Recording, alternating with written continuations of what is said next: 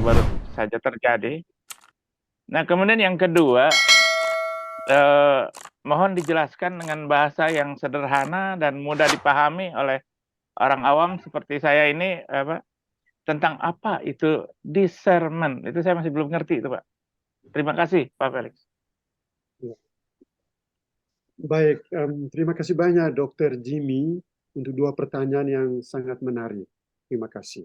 Yang pertama, pengabaian tentang aspek historis dalam pendidikan kita. Memang kalau kita lihat itu sistem pendidikan kita dewasa ini, saya lihat macam beberapa 2 atau 3 dekade terakhir itu pelajaran atau pengetahuan tentang sejarah tampaknya diabaikan. Ya, itu benar. Itu tantangan hemat saya itu berbahaya. Karena mengabaikan sejarah berarti di situ kita mengabaikan apa yang disebut memori. Memori ada hubungan, bahaya musuh dari memori adalah keterlupaan. Bahaya dari memori, ya kalau kita tidak membuat suatu memori, berarti kita sengaja melupakan masa lampau. Sengaja mengabaikan tradisi. Sengaja mengabaikan sejarah yang benar. Apalagi kalau sejarah-sejarah itu dipelintir, dimanipulasi masalah. Contohnya G30 SPKI ya, sampai sekarang kan hanya satu versi dari Angkatan Darat. Padahal boleh jadi ada versi-versi lain tentang kebenaran historis waktu itu yang harus digali. Tapi sejarah sekarang pendidikan kita, ini hemat saya di Indonesia, itu kita sedang digiring ke dalam suatu cara hidup di mana kita mengabaikan akar sumber yang benar. Agama-agama itu bertumbuh dari masa lampau. Agama-agama. Tapi interpretasi atas masa lampau yang benar dan baik itu mempunyai dasar untuk nilai yang benar untuk masa depan. Bagaimana kita mengembangkan revitalisasi hidup kita sekarang yang baik kalau akar kita masa lampau itu penuh dengan manipulasi atau diabaikan. Artinya kita menolak lupa. Ya, kita membungkam masa lampau. Apalagi kalau boleh, ya saya ingat pada masa kami dulu SMP, SMA, masa praktek ada pendidikan sejarah kebangsaan. Ya, pendidikan itu kan mempertajam memori yang benar dan baik. Saya pikir Dr. Jimmy punya kecemasan itu adalah kecemasan saya juga. Jadi kalau sejarah lupa, bagaimana kita membuat suatu discernment yang baik? Ya, karena itu saya masuk ke pertanyaan kedua. Iya. Discernment. Ya, memang tadi saya jelaskan secara singkat saja. Discernment itu artinya kemampuan untuk memisah-misahkan, kemampuan untuk mempertimbangkan aspek yang baik dan aspek yang buruk, aspek yang positif dan aspek yang negatif. Tapi kita memilih yang positif, yang baik sebagai pegangan dan kekuatan. Itu pengertian kata to discern. Discerner, ya, memisah-misahkan. Misalnya Dr. Jimmy setiap hari kan ada banyak sekali ini aspek dalam hidup pribadi Dr. Jimmy. Dan di situ Dr. Jimmy membuat semacam items. Itu poin-poin ini, lalu buat prioritas. Ini yang penting yang harus saya jalankan, ini bisa ditunda, ini yang baik yang harus saya pilih, ini yang tidak baik saya singkir. Itu yang disebut discernment tadi. Ya, Dr. Jimmy. Terima kasih, Pak Dokter. Sama-sama, Pak. Oke, terima kasih Pak Ter. Terima kasih juga Dr. Jimmy untuk dua pertanyaannya. Selanjutnya saya beri kesempatan kepada Pak Dr. Saka. Halo Pak Dokter. Ya, selamat malam Pak Rio. Selamat malam Pak Felix. Selamat malam. Pertanyaan saya, pertama-tama tentu saya mengucapkan terima kasih dan kuliah Pak bagus sekali dan membuka cara saya untuk berpikir mengenai bagaimana kita membuat pemisahan antara yang baik dan yang buruk, terutama di dalam kaitan teknologi dan di dalam konteks falsafah atau filosofi. Nah, saya teringat pernah mengikuti tentu melalui live streaming mengenai kuliah-kuliah Lubbock atau Lubbock Lectures.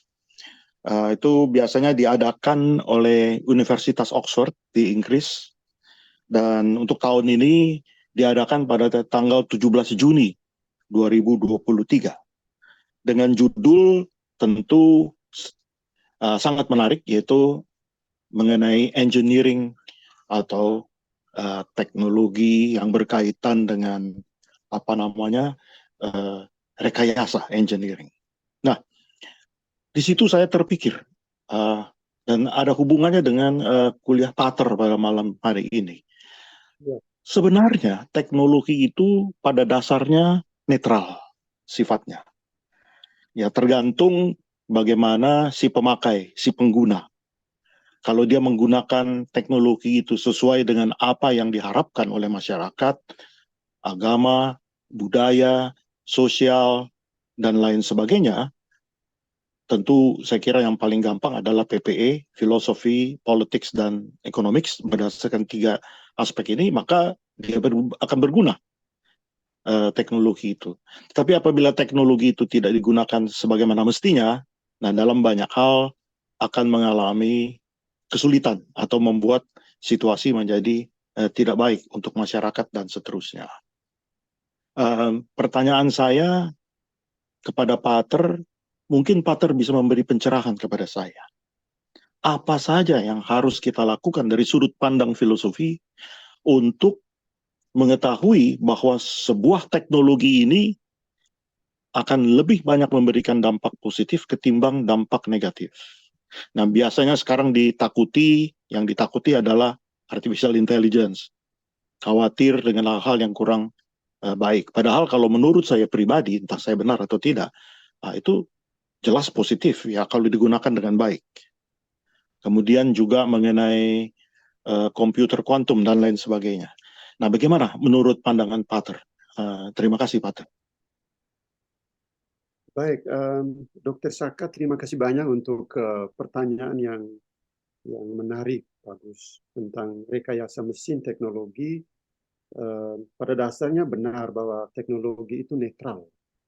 Mengapa netral? Karena memang dia diciptakan oleh manusia, tergantung dia positif atau negatif, tergantung pada manusia yang mencipta dan menggunakannya. Ya.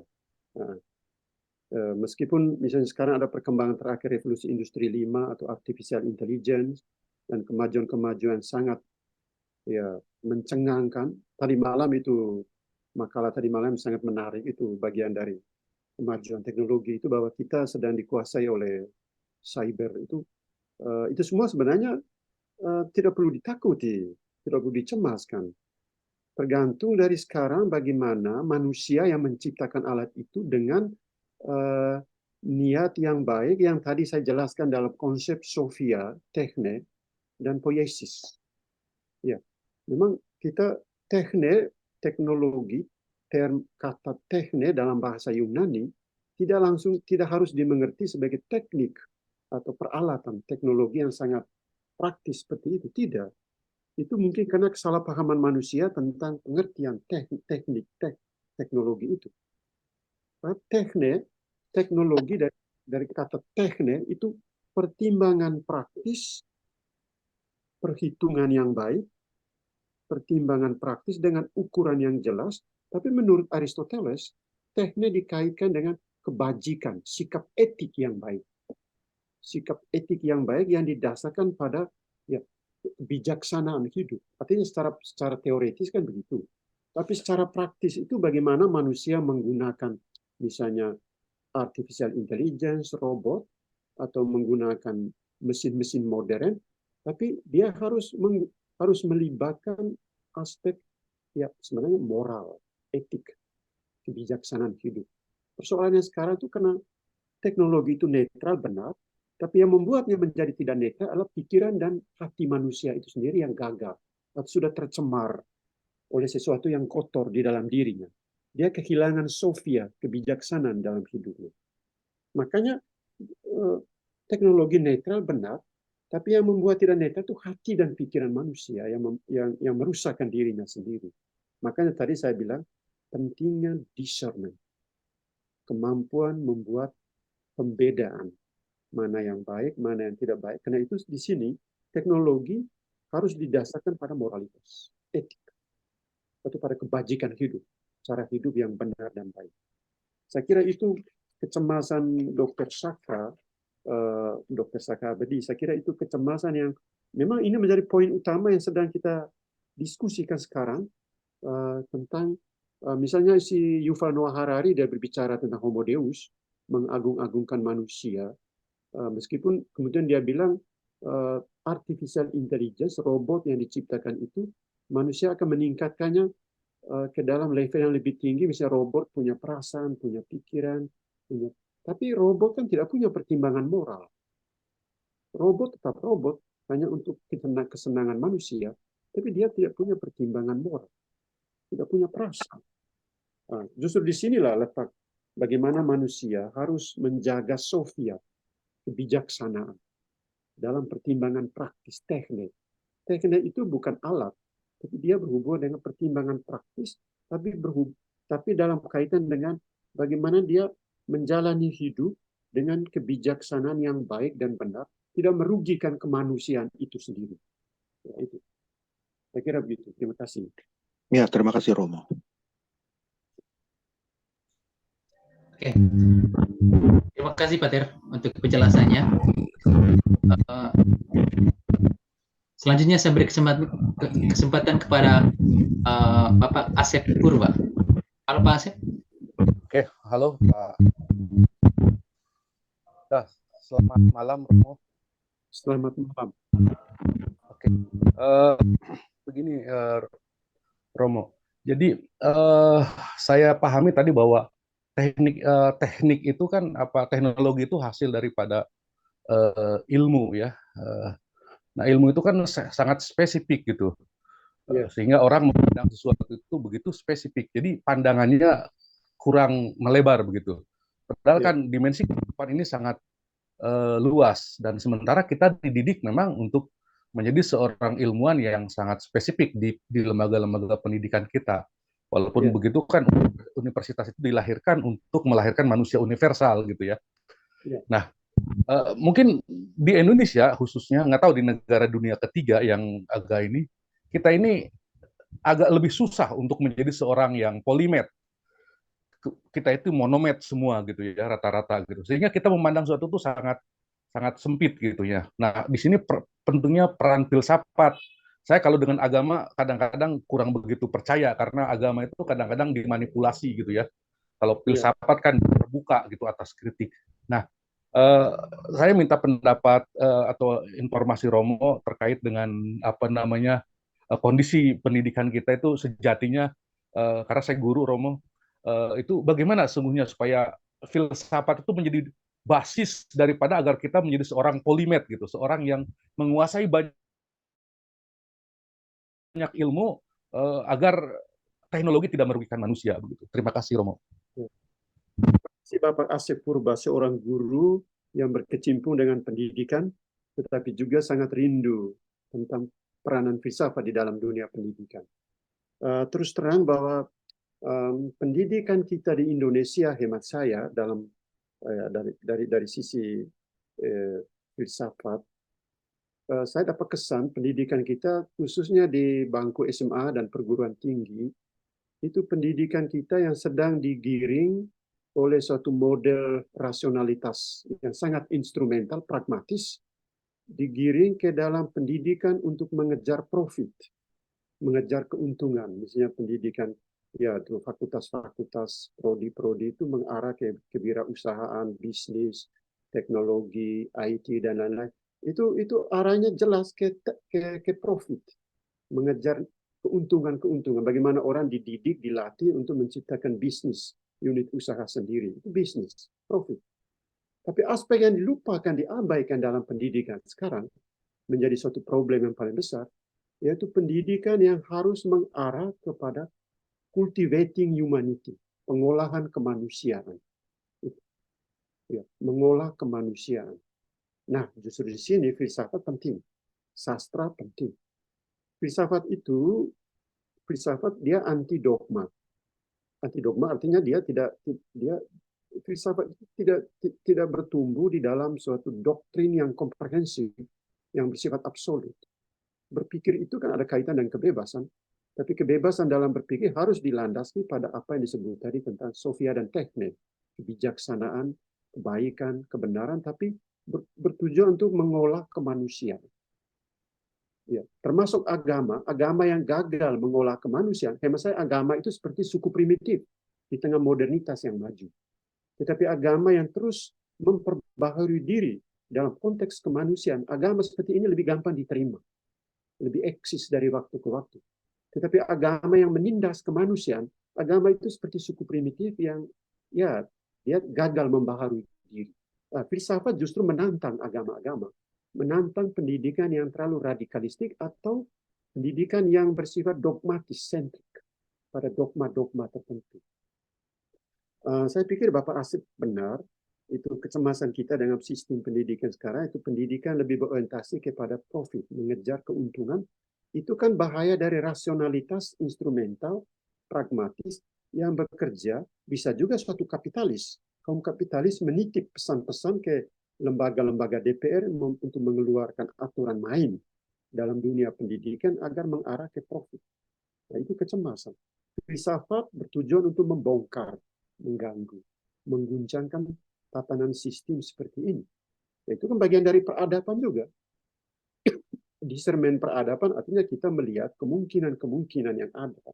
Termasuk dalam dunia pendidikan kita, apakah itu berorientasi pada kemanusiaan atau berorientasi kepada profit, nilai, angka, keuntungan. Itu yang tantangan yang sedang kita alami sekarang dengan dunia pendidikan. Dr. Asep, saya kira itu tanggapan saya. Benar bahwa di Eropa itu filsafat diajarkan di SMA. Anak-anak SMA itu mereka sudah kenal itu tradisi berpikir Kant, Hegel, Marx. Artinya pandangan kritis sudah dimulai sejak SMA. Makanya butuh literasi, tradisi yang baik sejak SMA. Cara berpikir logik yang baik, tapi logik tidak sekedar rasional dan kritis seperti yang sering diangkat oleh Rocky Gerung, tapi logik rasional kritis, tapi berhubungan dengan cultivating humanity, pengolahan kemanusiaan yang baik.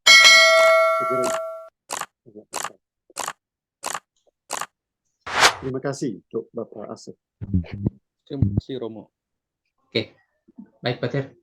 Jadi yang penting dalam pendidikan itu adalah pengolahan kemanusiaan. Terima kasih Pak Ter. Yang berikut ada Mbak Lenda Madia. Silakan Mbak. Baik, terima kasih. Selamat malam Romo, salam sehat Romo. Selamat malam, Baik. Jadi menurut Aristoteles tadi Sophia dikatakan merupakan kebaikan intelektual yang tertinggi, begitu Romo. Sedangkan sementara saat ini masyarakat dikejutkan oleh pemberitaan ketika Jepang membuang limbah air nuklir ke laut. Padahal kita juga tahu bahwa Jepang banyak melahirkan intelektual-intelektual yang mestinya memiliki kebijaksanaan yang tinggi juga dalam mengambil setiap keputusan. Di luar perkembangan teknologi nuklir dengan jaminan tidak berbahaya, tampaknya itu semua masih belum bisa dipercaya oleh masyarakat dunia, terutama masyarakat-masyarakat awam. Lantas bagaimana Romo filsafat memandang persoalan tersebut agar masyarakat awam tidak was-was, dan bagaimana membangun keterbukaan berpikir untuk menyelesaikan ketegangan antara keinginan manusia akan modernisasi, kemudian peningkatan teknologi, dan kebutuhan global, tapi tetap beretika. Terima kasih, Romo. Terima kasih Mbak Lenda Madia, itu refleksi sangat kritis dan baik itu. Ya, bagaimana orang Jepang yang sangat berbudaya dan sangat modern, kok bisa terjadi ya, bisa buang limbah sampah. Ya, tentu di sini Sophia dalam konteks Aristoteles sebagai cinta akan kebijaksanaan, atau bagaimana kebijaksanaan mencintai dalam hidup praktis, ya selalu, ya tentu di sini ada kaitan dengan, ya perlu dikaitkan dengan tuntutan-tuntutan kolektif yang harus diikuti secara baik. Karena kebijaksanaan itu bukan sekedar pertimbangan personal seseorang, tapi kebijaksanaan harus dilihat dalam konteks kolektif. Makanya kita butuh kolektif, kebijaksanaan yang kolektif.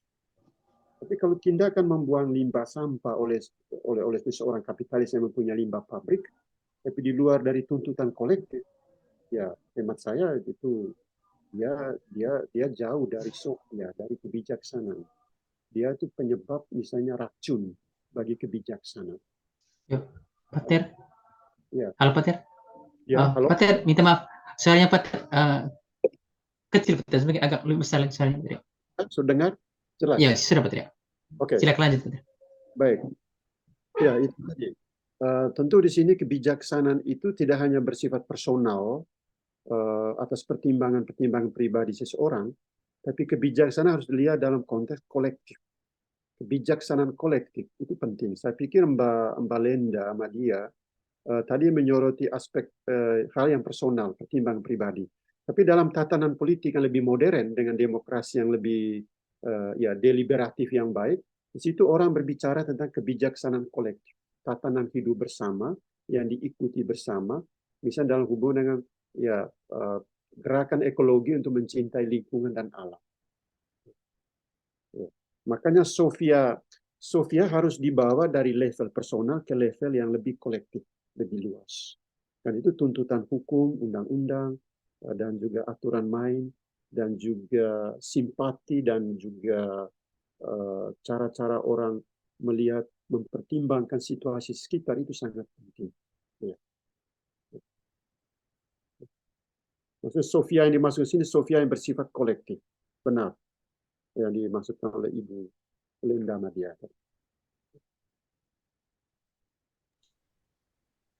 Baik, terima kasih Pak Tri. Bagaimana Mbak Linda? Baik, terima kasih. Oke, baik, terima kasih. Tadi ada angkatan Dr. Jimmy, tapi sebelum ke Dr. Jimmy, ke Mas Wadio Pasaribu dulu, Pak. Halo, Abang Wadio, selamat malam. Selamat malam, Frater Rio As. Horas, ya. Silakan, Pak. Terima kasih kesempatannya Frater Rio dan terima kasih uraian Frater Felix ya.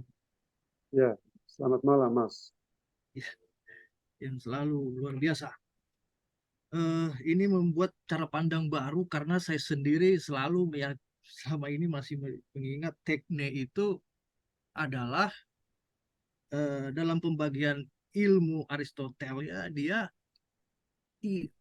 adalah ilmu yang tidak menekankan kepada benar dan salah, hanya menekankan kepada manfaat. Jadi tidak penting siapa orang di belakang nasi goreng itu, yang penting nasi goreng itu enak dan bisa dimakan.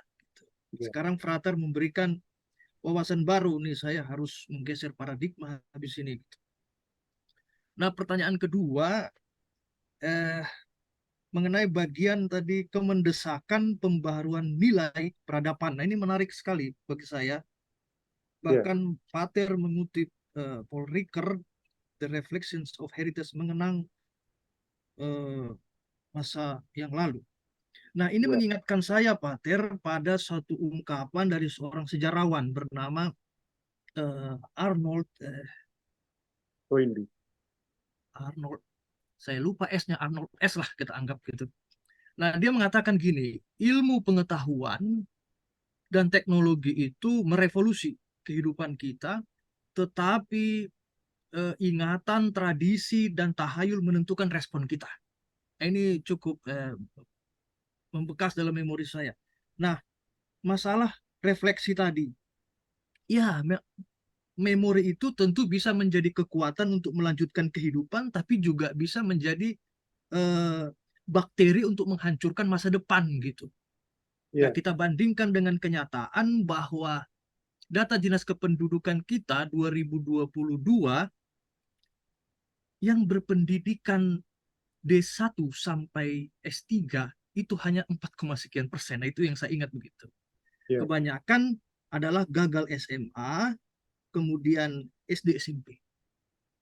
Nah, lalu kita bagaimana dengan cita-cita kita, ya ini memang menjadi PR bersama gitu. Nah, ini terakhir, apakah juga bagaimana tentang itu dan bagaimana kalau dikaitkan dengan bahasa, Pater gitu.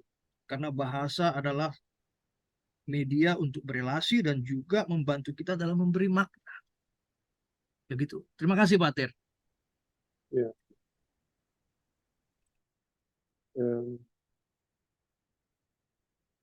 Baik, Mas Wadio, terima kasih. Saya belum terlalu mengerti persoalan utamanya di mana.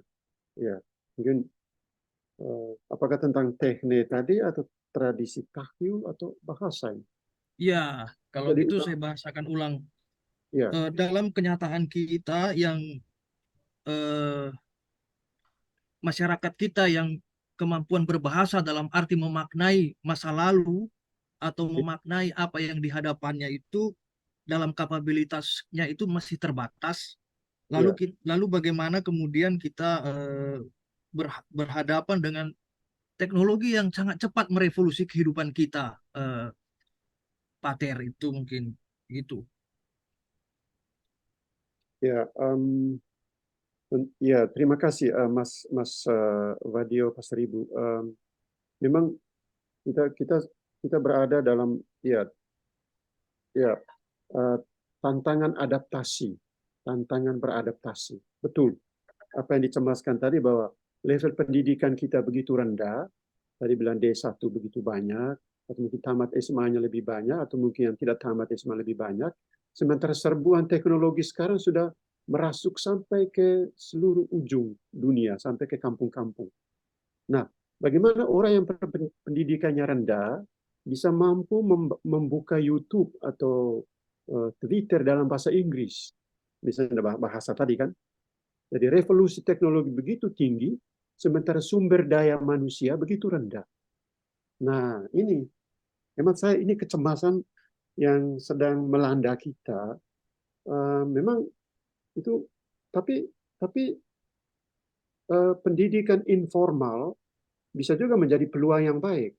Jadi orang kampung yang tidak pernah belajar bahasa Inggris, tapi karena dia bergaul terus dengan alat itu dalam, misalnya muncul kata-kata Inggris di dalam handphonenya, ya akhirnya dia mendengar orang omong, dia belajar dengan autodidak, mendengar orang omong, dia bisa tahu kata itu. Misalnya di kampung baru-baru, itu anak kecil yang TK, ya masih TK ya, dia itu cucu saya TK, dia dia dia dia bisa sebut kata download. Lalu saya tanya, kau dengar dari mana kata download? Ya, saya dengar dari HP. Yang download. Saya bilang, itu apa artinya? Dia bilang, itu artinya kita tekan tombol ini untuk masukkan data-data ini ke sini. Jadi anak kecil yang belum mengenyam pendidikan formal, tapi sudah mengenal kata download. Jadi dia ucapannya benar. Nah, memang di sini teknologi bisa merusakkan kita karena dia tidak melalui satu pendidikan yang formal, tapi teknologi juga bisa mempercepat, tapi informal. Nah, di situ memang itu tadi saya bilang discernment peradaban itu penting, tapi discernment yang harus tersistematis dengan baik. Makanya cara berbahasa anak-anak sekarang banyak yang menulis dari sekolah itu menulis hurufnya, berbicaranya jelek, dan apa setiap hari. Itu yang ya boleh jadi itu adalah bahaya, itu adalah dampak dari teknologi tadi. Bahasanya buruk, menulisnya jelek, ngomongnya tidak jelas, tapi mereka setiap hari bergaul langsung dengan HP. Ya, memang itu kita bisa terjebak ke dalam takyul, penyembahan berhala terhadap teknologi sebagai guru yang menggantikan guru yang formal di kelas. Ya. Ya, itu bisa benar. Itu betul kecemasan Mas Vadio itu. Dan karena itu padahal pendidikan formal suatu proses yang secara manusiawi dibimbing dengan baik melalui misalnya dari teknik, sofia, kebijaksanaan, imajinasi yang dilatih dengan itu sangat penting dalam formalitas. Tapi sekarang banyak orang pikirannya kacau, sudah dirusak oleh teknologi. Benar. Karena sekarang tuh tidak suka lagi masuk kelas, tidak suka masuk gereja atau masjid atau itu. Iya. Kita lebih suka berdiam diri di kamar, bermain HP dengan bahasa yang kacau di sana. Iya. Itu betul. Itu betul. Nah, di sini kita butuh discernment. Ya, memilah-milah buat ya pengolahan diri yang baik secara sistematis dan juga kolektif dalam cara hidup kita. Itu benar, itu kecemasan dari Mas Vadio itu.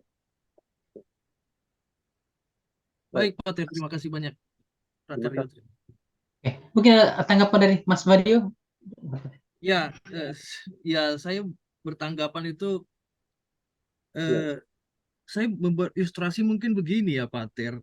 Ya, Kalau kita ingin menemukan diri misalnya, dengan cara-cara yang konvensional, misalkan mengikuti sebuah retret gitu, ya, kemudian kita melakukan tahapan-tahapan meditasi atau apalah gitu. ya, Memang dia perlahan dan membutuhkan waktu, tapi ajak kokoh misal hasilnya.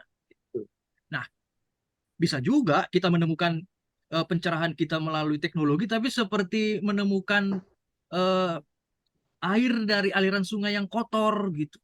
ya, Nah, ini kan sangat berisiko kalau dibiarkan begitu saja. Martin sudah memberi beberapa contoh-contoh yang lain yang saya dikhawatirkan itu memang mereka mengerti arti kata download, tetapi itu hafalan, ya, bukan dari suatu appropriation gitu. ya, Dan itu menjadi bahaya. Kan saya ingat Pater pernah mengatakan di sebuah pertemuan yang terpisah ya, menarik sekali.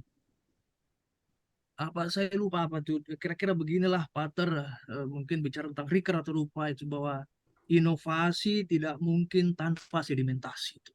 ya, betul. Nah, itu sangat membekas di saya, itu quote yang sangat baik dari Pater. Dan itu tadi saya pikir bagaimana mungkin kita membiarkan mereka berinovasi tapi mereka tidak memiliki sedimen yang kokoh. Nah, ini memang menjadi pertanyaan besar dan mengkhawatirkan. Gitu, Pater, sebenarnya. Yang di hati saya ya. Gitu. Ya, ya, itu benar. Paul Ricoeur itu filsuf yang sungguh menekankan the discernment of our culture, discernment peradaban. Peradaban itu harus dibuat discernment terus, penjernihan, pemisahan. Kita harus mempertajam kembali cara hidup kita, cara kita mengolah diri, mengolah seni, agama, ekonomi, politik harus diolah kembali, tapi dengan imajinasi yang baru ke depan. Dan dengan demikian kita menemukan transformasi diri, refigurasi hidup secara baik. Itu betul. Dan karena itu kita tidak boleh terjebak dan tidak boleh membiarkan diri kita dikungkung dan dikuasai oleh budaya-budaya atau teknologi yang terjadi. Tidak boleh. Tanda bahwa kita kalah terhadap ciptaan kita. Jadi kita menciptakan lalu kita tunduk kepada ciptaan. Padahal rasionalitas dan imajinasi kita itu harus membawa kita ke tingkatan yang lebih tinggi dan lebih maju, lebih beradab. Ricoeur menekankan itu keadaban yang diolah terus secara baik. Itu benar. Supaya kita tidak jatuh ke dalam mitos, tahyul. Kita membebaskan diri kita dari mitos dan tahyul terhadap ciptaan kita sendiri. Tapi peradaban, dia menggunakan term the man of culture, manusia yang beradab.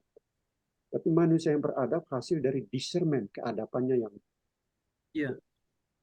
Nah, mohon izin Frater Rio, ini agak menarik karena saya hubungkan dengan Pancasila. Ya, Kenapa siap. saya khawatir? Karena begini, Pancasila yang kita miliki ini, sejauh yang saya teliti gitu masuknya, ya saya mencoba menelusurinya itu cukup panjang. Bahwa Pancasila yang 5 sila itu, dan pidato Bung Karno, dan perenungan beliau di ND itu dibangun bukan di atas suatu ideologi yang sepotong, tapi Ya, di atas keberagaman kearifan lokal kita yang Bung Karno berhasil menemukan benang merahnya. ya, Nah, itulah sedimennya. Dan di atas itu dibangun inovasinya. Bagaimana kita memandang Indonesia ke depan kalau sedimen itu tidak lagi dikenal oleh anak zaman now. ya, Mungkin mereka mendengar percikan-percikan Pancasila tapi tidak kokoh sedimennya. ya, Nah, ini yang itu sebenarnya intinya gitu, yang masa depan bangsa bergantung pemahaman akan sedimen Pancasila, ya. tidak hanya eksistensinya gitu. Itu terakhir dari saya, Pak. Terima kasih, Frater Rio. Ya, Oke. saya perlu sambung. Pancasila itu benar. Pancasila itu semacam poetiknya orang Indonesia. Itu imajinasi kreatif, tapi sangat poetik. Dia inovasi semantik. Dia itu sintese dari heterogen, nilai-nilai yang heterogen di dalam wadah Indonesia ini ada banyak sekali nilai tapi diendap dalam 5 poin itu menjadi sintese dari heterogenitas. Ya. Itu sedimentasi. Tapi Pancasila itu sebenarnya mengendap dari suatu persemaian yang luas dan kaya dan lama, tapi diangkat ke permukaan oleh Soekarno. Dan karena itu dia adalah poetiknya Indonesia. Tapi apalah arti dari poetik Indonesia kalau dia harus direinterpretasi, ditafsir, tapi untuk suatu utopia kita ke depan, suatu transformasi ke depan yang tidak pernah habis, tidak pernah mati, seperti sumber air yang mengalir terus dan memberi kesuburan bagi eksistensi bangsa kita. Itu Pancasila. Hemat saya, Soekarno adalah filsuf yang berhasil menggali dari multikultural, dari kekayaan nilai di dalam budaya Indonesia. Dia berhasil mengangkat 5 nilai, dan itu harus diinterpretasi terus untuk dihidupkan kembali, dan dia menjadi suatu inovasi semantis untuk refigurasi bangsa. Soekarno itu filsuf, dia pemikir. Dan Indonesia punya filosofi yang kaya dari Pancasila ini. Dan itu adalah kejadian kebenaran di dalam negara kita. Dia itu poetik yang kaya. Ya, itu betul, Mas Wardio, tentang itu. Saya pikir kita bersyukur karena Pancasila itu inspirasinya tidak pernah selesai. Dia bisa mengalahkan seluruh partikularitas nilai yang sedang diperjuangkan oleh kelompok tertentu. Pancasila dia lebih kuat dari semua. Ya, terima kasih. Terima kasih juga Pater Felix Frater Rio. Oke. Terima kasih Mas Bari untuk pertanyaannya. Oke, Dr. Jimmy sedang Terima kasih. Pertanyaan. Oke, terima silakan kasih Frater Rio. Terima kasih Frater Felix. Ini pelajaran yang luar biasa bagus sehingga saya tanya 2 kali. Tadi saya sudah memahami apa arti discernment, tetapi di dalam kehidupan praktik saya sehari-hari, discernment itu ibarat black or white. Kita harus memilih putih atau hitam. Sementara dalam praktek itu ada wilayah yang gray area. Ada mulai dari abu-abu muda sampai abu-abu tua, begitu loh. Dan akhirnya saya harus mengambil keputusan segera, dan tentu diikuti dengan responsibility kalau terjadi kesalahan di dalam memilih itu. Discernment itu. Bagaimana pandangan Felix atau arahan dari Felix supaya saya nggak salah nih, mana yang baik, mana yang buruk itu, mana yang black, mana yang white. Padahal itu ada di daerah abu-abu muda sampai abu-abu tua. Demikian, Frater. Terima kasih, Frater. Baik, Dr. Queen, itu menarik. Ya, memang discernment tujuannya memilih, kita membuat pemisahan, mempertimbangkan, tapi dengan maksud kita memilih yang baik tentunya. Memilih yang baik. Tapi tadi Dr. Jimmy bilang, kita seringkali juga terjebak di dalam dilema antara black atau white, tidak jelas, makanya kita jatuh ke dalam wilayah abu-abu. Nah, di sini discernment tidak terjadi sekali. Discernment tidak terjadi sekali. Meskipun kita berada pada wilayah abu-abu, yang penting keterlibatan kesadaran dengan imbangan hati nurani. Yang abu-abu itu kita buat discernment lagi. Discernment lagi. Maka tadi disebut selalu proses. Suatu proses yang ongoing, berkelanjutan. Jadi black and white jatuh ke abu-abu. Di abu-abu kita discernment lagi. Bisa jadi abu-abu itu ada hitamnya lebih banyak atau putihnya lebih banyak. Nah, karena manusia kan makhluk yang punya rasional, punya hati nurani, punya intuisi, apalagi dia punya iman, punya agama, punya dimensi sosial dan kebudayaan. Itu menjadi kekayaan untuk discernment, apalagi dengan latar belakang pendidikan, pengalaman. Abu-abu itu perlu didiscernment lagi. Nah, itu fungsi kritis filsafat di sana justru terjadi. Ya, Dr. Jimmy ini menarik ini. Berarti di situ ongoing discernment yang berkelanjutan. Ya. Terima kasih, Frater. Terima kasih, Dokter. Terima kasih, Frater Rio.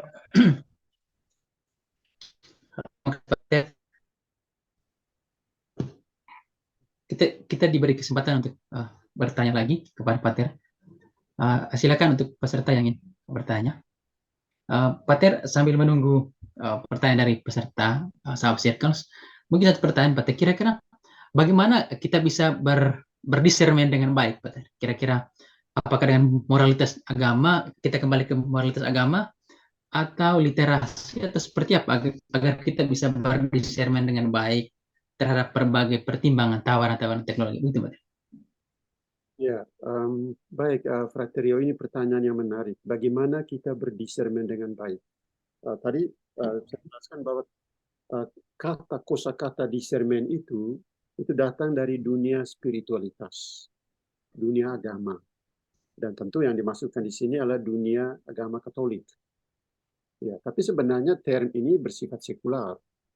Itu suatu kata yang dipakai dalam dunia psikologi, dalam dunia klinik, atau dalam dunia relasi sosial yang orang. Tapi dalam dunia agama, itu di sana jelas hitam dan putih. Yang dimasukkan hitam itu dosa, putih itu pembebasan dari dosa. Bagaimana kita berdiscernment dengan baik dari konteks agama? Ya, tadi dijelaskan tentang 3 tahap. Deformata reformare, menyadari situasi gelap, situasi yang tidak baik, atau situasi yang melemahkan kita, tapi tetap memiliki harapan di dalam situasi itu. Sedangkan reformata conformare artinya kemampuan membebaskan diri dari situasi ke dalam titik yang lain yang sudah lebih terang. Itu dalam dunia agama kan, yang dalam dunia agama misalnya ada pengakuan atau ada bimbingan rohani, ya meditasi, itu kan semua ada hubungan dengan discernment semuanya. Sampai kita dibawa ke terang cahaya atau tadi dijelaskan kebenaran dalam hidup. Ya. Bagaimana kita bisa membuat ya dalam konteks agama misalnya seperti itu. Dalam konteks sosial yang tidak ada hubungan dengan agama, orang-orang ateis misalnya sekular, discernment bisa dibuat hanya dengan pertimbangan misalnya kebajikan-kebajikan hidup yang praktis. Atau dimensi rasionalitas yang diolah dan diuji dengan baik, sehingga rasionalitas itu bebas dari irasionalitas. Ya, misalnya dia buat pertimbangan bersama, diskursus, deliberasi yang bersifat kolektif dengan orang lain. Ya, saya pikir dalam demokrasi modern, term deliberasi, diskursus deliberasi, itu ada hubungan dengan discernment rasionalitas dalam ruang publik. Deliberasi. Habermas menggunakan kata deliberasi, tapi saya itu sebenarnya melihat itu sebenarnya satu discernment rasional dalam dunia politik. Mungkin itu saya kira Fraterio mengerti baik tentang hal itu, tentang discernment. Deliberasi itu sebenarnya discernment tentang keadilan, tentang nilai keadilan. Menimbang-nimbang bersama, kekuatan bersama dalam konteks rasionalitas politik. Ya. Baik, terima kasih Pak Ter. Ini pertanyaan berikut Pak Ter dari Dr. Saka. Ini pertanyaan yang terakhir untuk sesi diskusi kita malam ini. Silakan Pak Dokter. Terima kasih Pak Terio. Tadi Pak Terio mengatakan belum ada pertanyaan, jadi saya ikut bertanya lagi mengikuti jejak Dr. Jimmy, teman sejawat. Pak Felix, saya ingin bertanya karena ini ada hubungannya dengan agama Katolik, ya, agama yang kami anut, yaitu mengenai pada tanggal 4 Oktober nanti 2023 Paus Fransiskus akan mengumumkan mengenai Laudato Si yang kedua. Dan itu sudah diumumkan resmi oleh Vatikan pada tanggal 30 Agustus yang lalu. Pertanyaan saya adalah, apakah ada pengaruh? Ya tentu Paus Fransiskus tidak akan terpengaruh oleh banyak orang, kecuali oleh keputusan beliau sendiri dan mungkin ada beberapa penasehat dekat. Tetapi setelah beliau menerbitkan Laudato Si yang pertama, itu saya kira banyak orang membicarakan hal itu dari waktu ke waktu, dari banyak kalangan, seluruh kalangan. Dan setelah itu tidak lama kemudian terbit sebuah buku dari Dr. Karen Armstrong.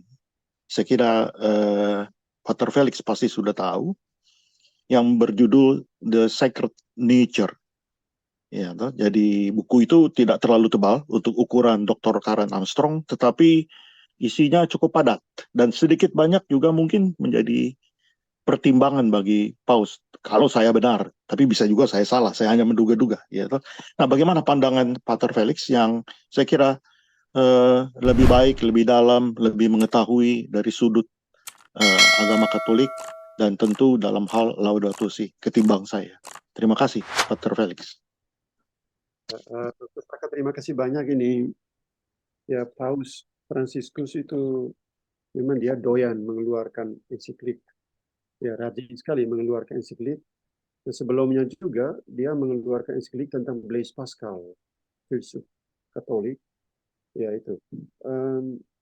Ya, ini kita menduga-duga, saya juga menduga-duga secara filosofis tentang Laudato Si generasi kedua. Boleh jadi itu ada hubungan dengan tanggapannya terhadap Laudato Si generasi pertama, tapi juga dalam konteks memperluas peranan gereja di tengah pergolakan politik dan ekologi yang begitu dahsyat, di mana ada tendensi rasionalitas instrumental lebih diutamakan oleh kaum kapitalis, sementara gereja ingin menerapkan rasionalitas iman, tanggung jawab iman terhadap ciptaan Tuhan. Tapi mungkin saya belum tahu apa yang akan terjadi dengan Laudato Si kedua. Dia fokusnya kemana?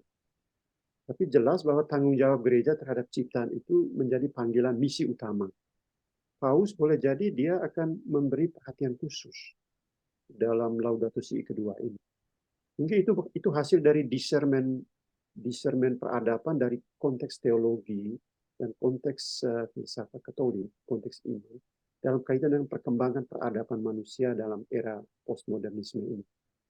Gereja mengambil bagian dalam menanggapi situasi zaman agar gereja tetap selaras zaman, tidak membiarkan diri masuk dalam suatu kungkungan yang menjaga kebenaran iman, tapi gereja harus lebih terbuka dengan perkembangan zaman terakhir supaya dia tetap eksis. Saya pikir dalam konteks itu Paus dia sangat relevan. Dia membiarkan dirinya terbuka terhadap tantangan itu. Saya kira itu panggilan gereja adalah panggilan yang transformatif. Panggilan yang ingin mengubah diri di tengah situasi itu, tapi tetap menjaga substansi iman. Yaitu substansi iman, yaitu kebenaran yang lebih substansial dari kebenaran-kebenaran duniawi. Itu substansi iman.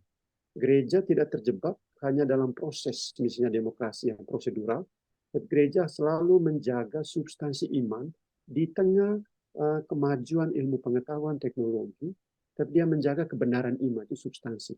Artinya dia tugasnya mewartakan, menyelamatkan, membebaskan itu semua. Saya kira itu dalam konteks itu, Dr. Saka, tanggapan saya. Ya, terima kasih, Pak Atar. Oke.